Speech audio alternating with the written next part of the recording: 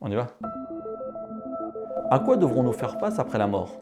Pouvez-vous nous donner quelques informations sur la vie dans la tombe? Tout d'abord, permettez-moi de rappeler ceci. Lorsque l'on évoque la tombe, on pense généralement à une vie tourmentée, remplie de châtiments.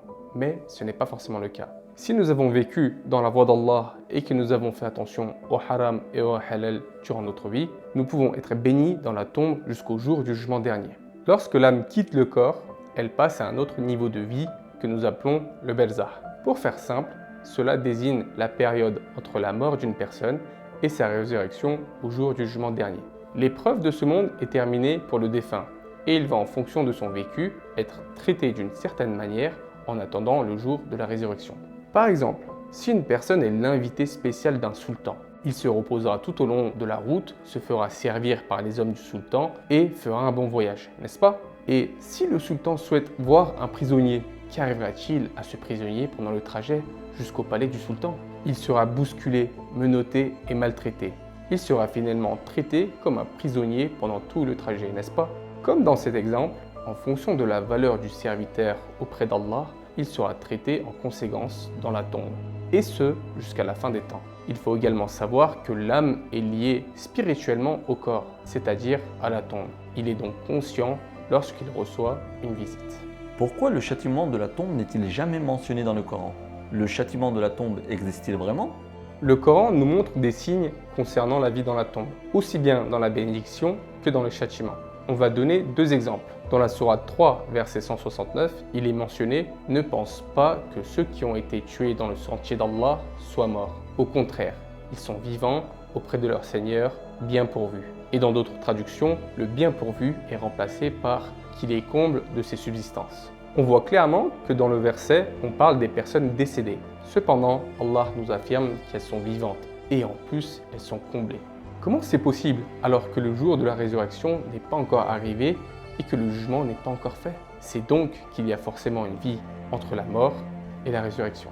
Pour le deuxième exemple, on va prendre le verset 46 de la sourate 40 qui dit « Le feu auquel ils sont exposés matin et soir, et le jour où l'heure arrivera, il sera dit « Faites entrer les gens de Pharaon au plus dur du châtiment. » Quand on regarde la vie de Pharaon et de son peuple, à aucun moment ils ne sont exposés au feu matin et soir. Sachant que le jour de la résurrection n'est pas encore arrivé, on parle forcément d'une vie entre la mort et la résurrection. Il y a encore d'autres versets comme ceux qu'on a cités et qui nous montrent les signes d'une vie dans la tombe.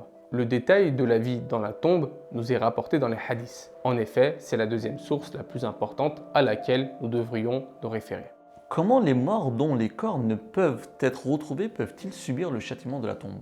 La disparition du corps ne change en rien la vie de la tombe, car lorsqu'une personne meurt, son âme est séparée physiquement de son corps, mais reste liée spirituellement. Que l'on soit noyé dans la mer ou réduit en cendres, Allah nous demandera des comptes dans tous les cas. De toute façon, même dans la tombe, la personne se décompose avec le temps.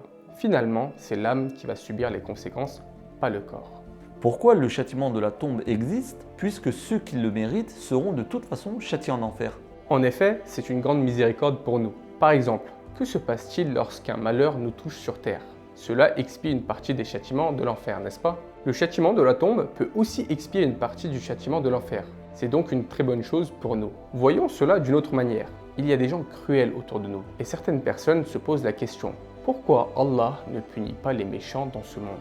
Justement, parce que le monde n'est pas un endroit où ils peuvent recevoir la punition qu'ils méritent. L'épreuve n'est pas terminée, car ils vivent encore. Mais une fois décédés, l'épreuve se termine, et donc, qu'est-ce qui les empêcherait d'être punis? Ça serait pas leur rendre service de ne pas les punir en attendant le jour du jugement?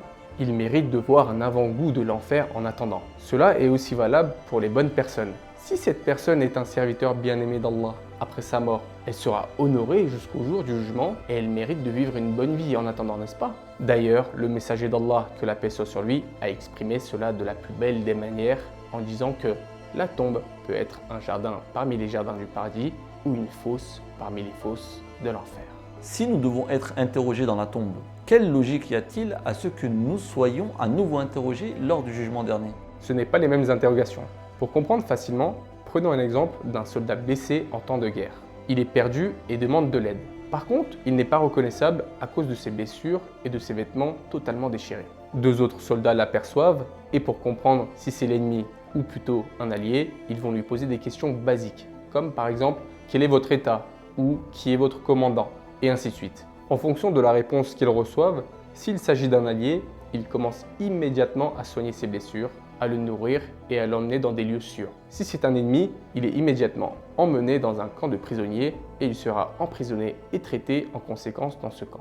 Comme dans cet exemple, l'interrogatoire dans la tombe va seulement déterminer la vie que cette personne va mener jusqu'à la résurrection. Et les questions reposent sur les fondamentaux de la foi, comme par exemple « Qui est ton Seigneur ? Quelle est ta religion ? Qui est ton prophète ? Etc. Mais l'interrogation du jugement dernier portera sur tous tes actes, comme par exemple le jeûne, l'aumône, la prière, les péchés. On ne peut donc pas comparer ces deux interrogatoires. Si on compare une personne qui est décédée 3000 ans avant la résurrection et une personne qui est décédée 100 ans avant la résurrection, la durée du châtiment de la tombe n'est clairement pas la même. N'est-ce pas injuste? C'est Allah qui a créé le temps. Il peut l'utiliser comme il veut pour le serviteur qu'il veut. L'exemple le plus évident, c'est nos rêves. On fait un rêve, on a l'impression que cela a duré 2 jours, voire une semaine, ou même des mois. Et tu te réveilles, tu constates que tu as dormi que 2 heures. Ou bien tu as dormi 8 heures, mais ce sommeil te semble tellement court, on dirait que tu as à peine eu le temps de fermer les yeux et de les rouvrir. On peut prendre d'autres exemples. Une journée où on s'amuse, on a l'impression qu'elle a duré 30 minutes. Ou bien une journée où on s'ennuie, on a l'impression que ça dure des mois. On comprend de ces exemples que le temps est relatif. La date du décès n'a donc pas d'importance.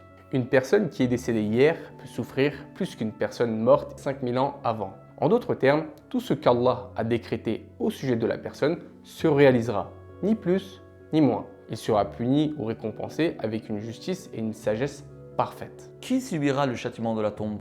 Les non-croyants en général et certains pécheurs. En ce qui concerne les péchés, nous pouvons trouver des exemples dans les hadiths, comme se rebeller contre Allah, ne pas payer ses dettes, rapporter les propos d'une personne à une autre pour qu'ils se disputent, etc. Il ne s'agit là que d'exemples. Il en existe d'autres et on peut subir le châtiment de la tombe pour beaucoup de péchés. Et on peut mener une belle vie dans la tombe pour beaucoup de bonnes actions que nous avons réalisées. En d'autres termes, le sens général des hadiths sert à dissuader des péchés et à encourager à faire de bonnes actions. C'est tout pour aujourd'hui, nous reviendrons avec d'autres questions pour la prochaine fois.